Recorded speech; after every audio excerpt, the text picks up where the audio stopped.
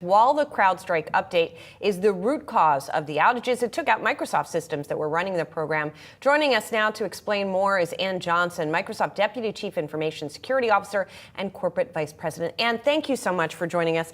I'm sure it is a very busy day at Microsoft. So what can you tell us about, sort of, especially for us lay people, about how this sort of percolated through systems and then the process of turning that around and getting everything back up and running? Yeah, thank you so much, Julie. Thanks for having me on.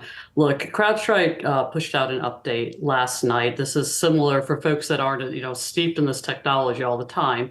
Think about if you updated an app on your telephone, right? Though this was not a consumer impact, this was largely enterprises who were running CrowdStrike as one of their security solutions to help them be more secure and fend off these large global attacks. And customers who had solutions with CrowdStrike, and it was a global IT outage.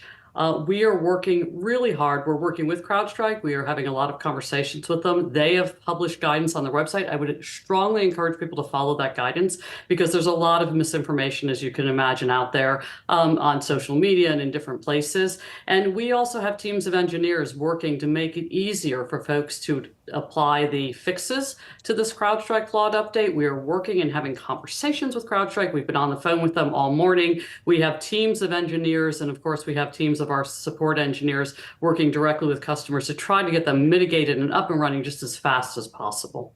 And I'm curious, how long you think this lasts before it's fully resolved? We do see some recovery, but is it hours, days, Ann, or just too hard to say at this point? Yeah, Josh, that's such a hard question to answer because every customer, think these are the largest enterprises in the world potentially, and they have really complex systems. And because CrowdStrike is such a integrated part of those systems, there are times when they're going to have to do manual updates.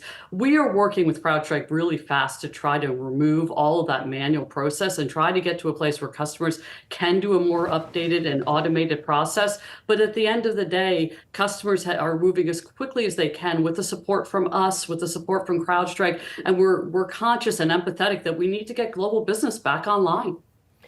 And when you have one of the companies that you work with roll out an update like this, what kind of because I know it happens a lot. They put out updates frequently to try to address all of these threats. What kind of testing happens beforehand, and what kind of conversations are you regularly in with CrowdStrike and other companies like it?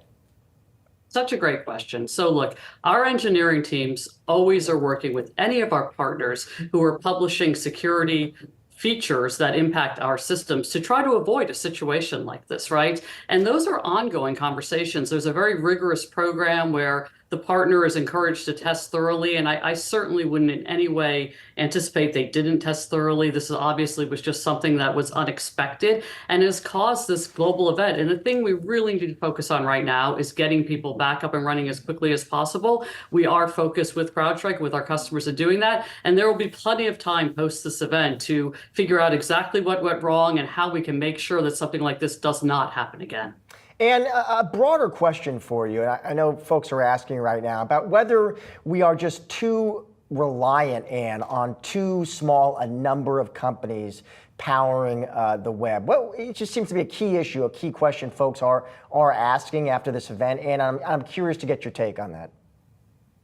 Josh, I think people ask those questions after any event, right? I think that I've been in tech forever, but I think that we always have to look back post these events after we get, like I said, our focus right now is getting customers up and running as quickly as possible. That's where all of our resources are focused. But post this event, I think there's an opportunity for all of us to take learnings from it and make sure we do better in the future, and that we work incredibly collaboratively with both government and businesses to make sure we have robust ecosystems so we can withstand events like this and they don't have this type of impact. Do systems need to be more open than they are now, ironically, in order to try to prevent some of this?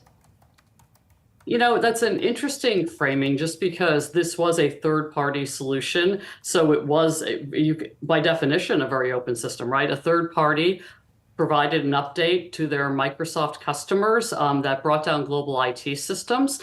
And by its very nature, it's actually a definition of an open system because this was not a Microsoft law against a Microsoft system. So I don't think that that actually is probably the move ahead opportunity. But like I said, the focus right now has to be on getting customers safely and securely back online, getting all these businesses back up and running. There will be plenty of time post the event to think about what's next and how we build more resilience into the ecosystem. Thanks, Ann. Really appreciate your time today.